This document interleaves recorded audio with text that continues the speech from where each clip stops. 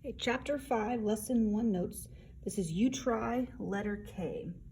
I need to simplify the fraction, and the hint is simplify by combining the fractions. And when we add, we have to have a common denominator. To find the common denominator, we're going to multiply the two denominators together.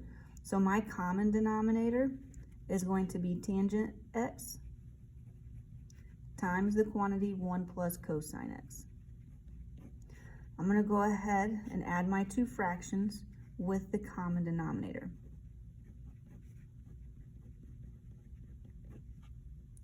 I'm asking myself, what do I need to multiply the first fraction by to get the common denominator?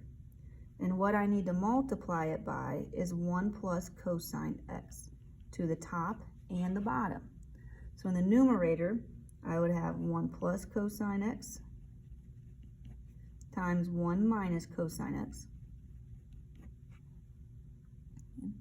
For the second fraction, I would need to multiply the denominator by tangent x to get the common denominator. So I also have to multiply the numerator by tangent x. So sine x times tangent x is sine x tangent x.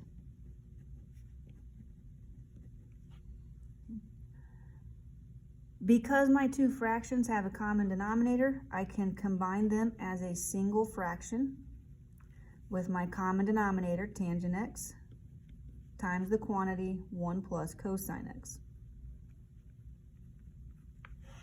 Okay. For the first numerator, I have a product, which is the difference of two squares. So when I FOIL the 1 and the cosine x to 1 minus cosine x, I get 1 minus cosine squared x. Then I have my plus sign, and I have sine x tangent x.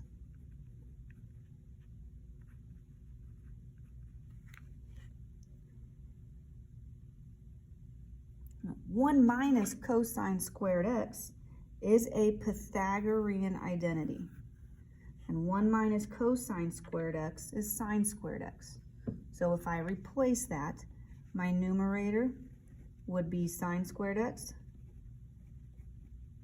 plus sine x tangent x. In my denominator, I could go ahead and FOIL. And if I FOIL, I have tangent x times 1, which is tangent x. And tangent x times cosine x is tangent x cosine x.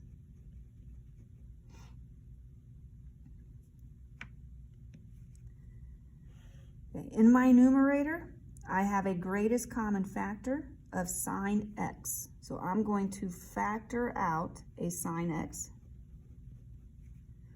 And if I divide both terms by sine x, sine squared x divided by sine x is 1. I'm sorry, sine squared x divided by sine x is sine x. And sine x tangent x divided by sine x is tangent x.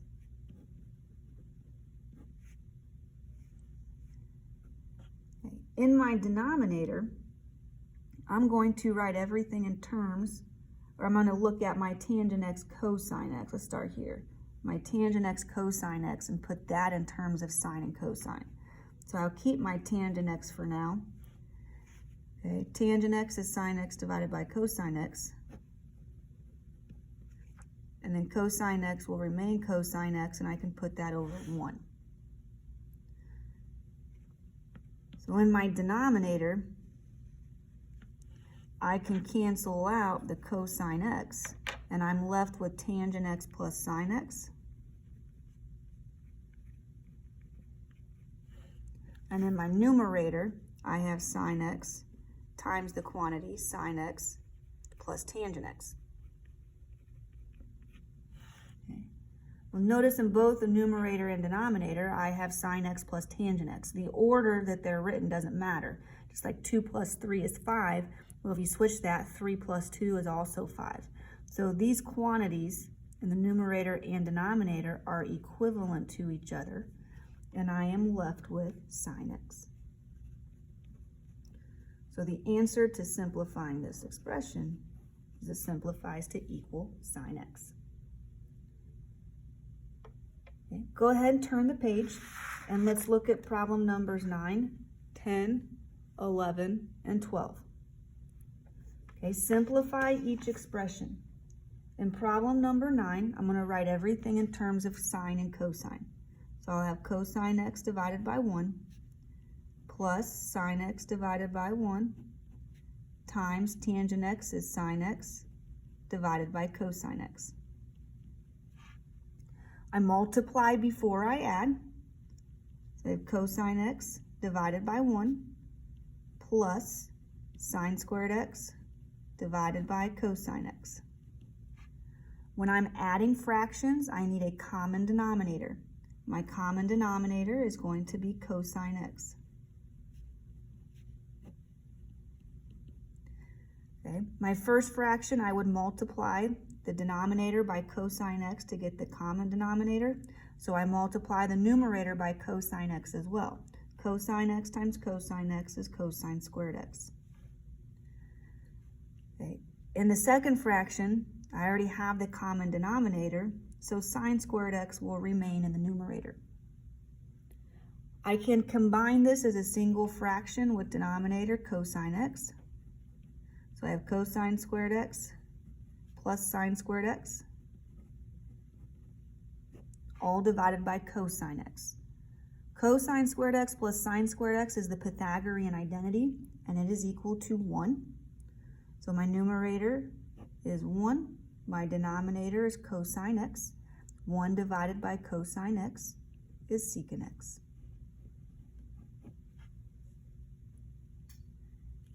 Okay, in problem number 2, I have cotangent A divided by tangent A. There's no GCF.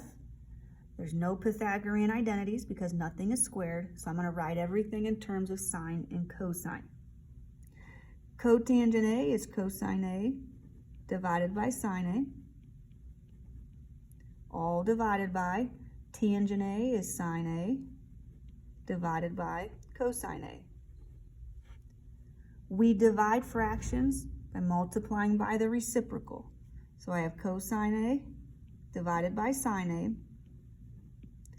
times the reciprocal would be cosine A divided by sine A.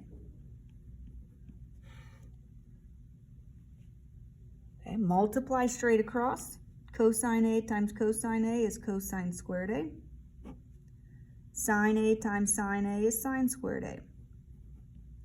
This represents our quotient identity, and this is equal to cotangent squared A.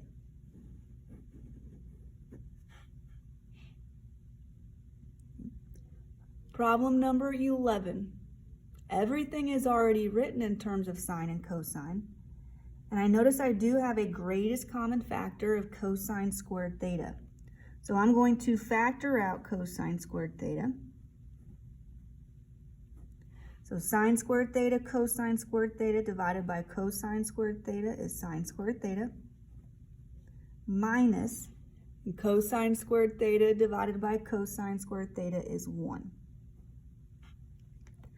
Now I see sine squared theta with a 1, and I'm thinking to myself that this might have something to go along with the Pythagorean identity.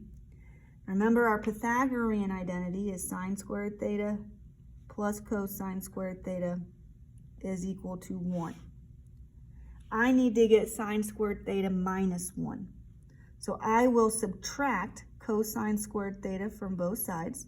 So I have sine squared theta is equal to 1 minus cosine squared theta. And then I'm going to subtract the 1 from both sides so that I have sine squared theta minus 1 is equal to negative cosine squared theta.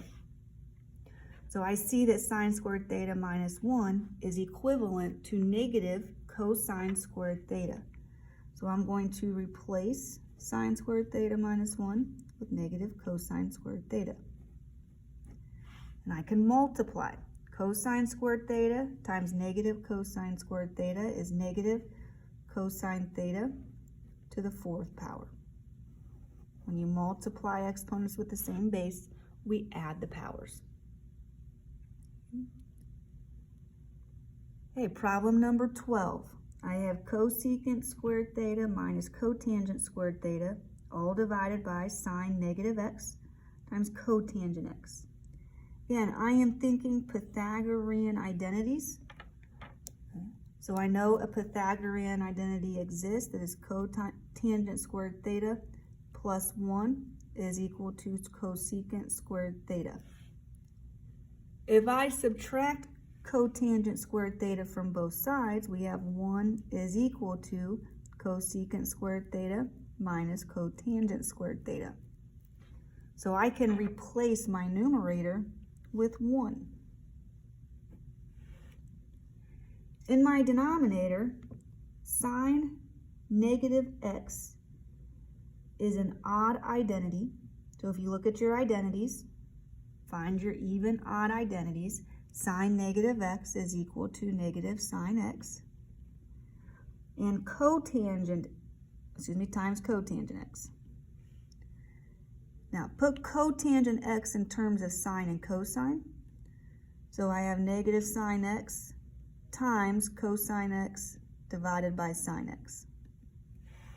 Well, I can reduce sine x. So I'm left with the fraction 1 divided by negative cosine x. 1 divided by cosine x is secant x. So my final value is negative secant x.